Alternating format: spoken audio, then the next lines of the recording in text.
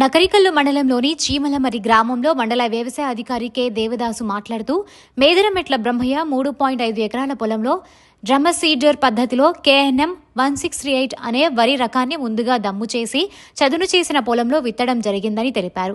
ఈ కార్యక్రమంలో సహాయ వ్యవసాయ సంచాలకులు పిడుగురాల బి శ్రీకృష్ణదేవరాయలు మాట్లాడుతూ ఈ పద్ధతిలో ఎకరాకు 12 నుంచి 14 కేజీల వరి విత్తనం సరిపోతుంది.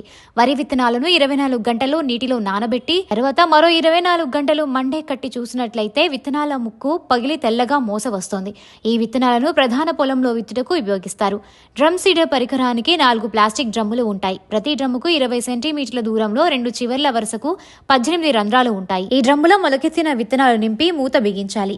గింజల్లో రాలటానికి వీలుగా ప్రతి డ్రమ్ములో కేవలం 3/4 వంతు మాత్రమే గింజలను నింపాలి. గింజలు నింపిన డ్రమ్ సీడర్ లాగితే 8 వరుసల్లో వరుసకు మధ్య 20 సెంటీమీటర్ల దూరంలో గింజలు పడతాయి. కుదురుకు మధ్య దూరం 5 నుంచి 8 సెంటీమీటర్లు ఉంటుంది. నాటే రకాన్ని బట్టి గింజల రాలటాన్ని బట్టి రంధ్రాలను స్టాపర్స్తో మూసుకోవాలి. డ్రస్సిండర్ పద్ధతి వల్ల ఉపయోగాలు ఎకరాకు 12 నుంచి 14 కేజీల వరి విత్తనం సరిపోతుంది.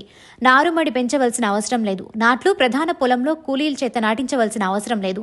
ఈ పద్ధతిలో 2 కూలీలు అవసరం. పొలంలో మొక్కల సాంద్రత పెరుగుతోంది. ఒక వారం రోజుల ముందుగా పంట కోతకు వస్తుంది. ఎకరాకు 4 నుంచి 5 బస్తాలు దిగుబడి అధికంగా వస్తుంది.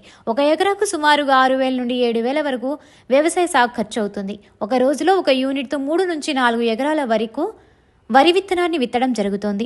ఈ కార్యక్రమంలో గ్రామ రైతులు, గ్రామ వ్యవసాయ సలహాలకులు జి జగదీష్ పాల్గొన్నారు.